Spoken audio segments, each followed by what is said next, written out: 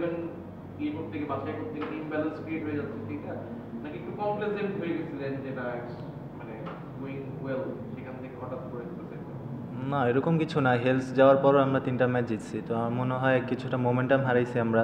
So এখন এটা আমাদেরই আর কি মোমেন্টামটা আনতে হবে, যেহেতু আরেকটা ম্যাচ আছে ভেরি ইম্পর্টেন্ট ফর আস। যদি আমরা ম্যাচটা জিততে পারি ইনশাল্লাহ স্ট্রেট আমরা ফাইনালে যাব। মোমেন্টামটা লসটা হলো কোন জায়গাতে আসলে?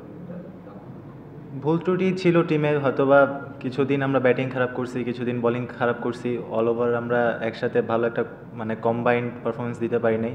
হোপফুলি নেক্সট ম্যাচে ইনশাল্লাহ আমরা একটা কম্বাইন্ড পারফরমেন্স দিতে পারবো।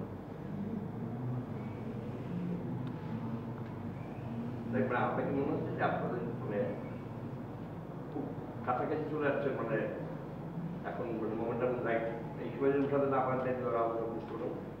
জি, বুঝিনি। আপনাদের মানে মোমেন্টাম যেভাবে লস করছে এভাবে লস করতে থাকলে কি মানে টুর্নামেন্ট থেকে ছিটকে যাওয়ার একটা সম্ভাবনা দেখা যাচ্ছে?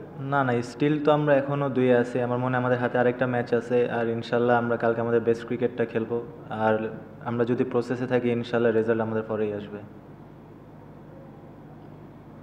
প্রথম দিকে অ্যালেক্সিয়াস, তারপর এতদিন ফুটবল অনেক পারফর্ম করলে ইফতিকার ছিল, বিদেশি খেলোয়াড়দের উপর অতিরিক্ত নির্ভরতার কারণে কি এটা ছন্দপতন হচ্ছে? আমার মনে হয় আপনি যদি দেখেন আমাদের লোকাল প্লেয়ারও পারফর্ম করছে, বিদেশি প্লেয়ার অবশ্যই ভালো খেলছে, বাট আমার মনে হয় একটা টিম জিততে হলে আমাদের কম্বাইন্ড পারফরমেন্স দরকার। বিদেশিও ভালো খেলতে হবে, লোকাল পারফরমেন্সদের উপরও অনেক নির্ভর করে। সো আমার মনে হয় কম্বাইন্ড পারফরমেন্সের জন্য আমরা ওয়েট করতেছি, ইনশাল্লাহ এটা নেক্সট ম্যাচই হবে। ম্যাচের মধ্যে একটা ঘটনা ঘটলো, মাঝেতেই একটা বল করলেন, আম্পায়ার হোয়াইট দিলেন, সোহান রিভিউ চাইলেন, আম্পায়ারের সাথে কথা হচ্ছিল, কি হচ্ছিল? ওটা আমি খেয়াল করি না, আমি পিছনে ছিলাম, দেখিনি।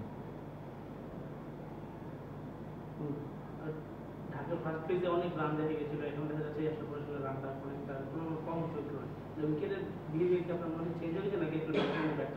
না, এটা স্বাভাবিক। একটা টুর্নামেন্ট যখন শুরু হয় তখন তো উইকেট ভালো থাকে, আস্তে আস্তে যত টাইম যায় তত উইকেট একটু স্লো হয়, একটু ড্রাই আউট করে। সো এটা ন্যাচারাল যে রান কিছুটা কমবে। Thank you.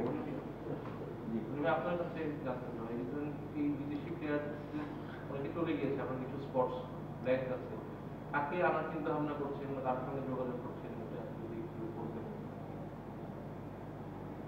আসলে আমরা তো আনলাকি হঠাৎ করে ক্রুজদিলের ডাক পাওয়াটা। ক্রুজদিলের 7 তারিখ বেনুতে ছিল, সো আমাদের টিমটা সেট আপ ছিল।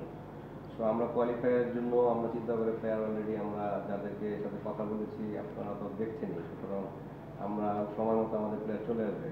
সো আমরা এই 2টা ম্যাচে হয়তো বা যেহেতু আমাদের ব্যাক টু ব্যাক ম্যাচ, আমরা তো খুব দ্রুত কাউকে আনতে পারতেছি না, কারণ সবাই ইন্টারন্যাশনাল ক্রিকেট খেলতেছে, সবাই কিন্তু টুর্নামেন্ট আছে।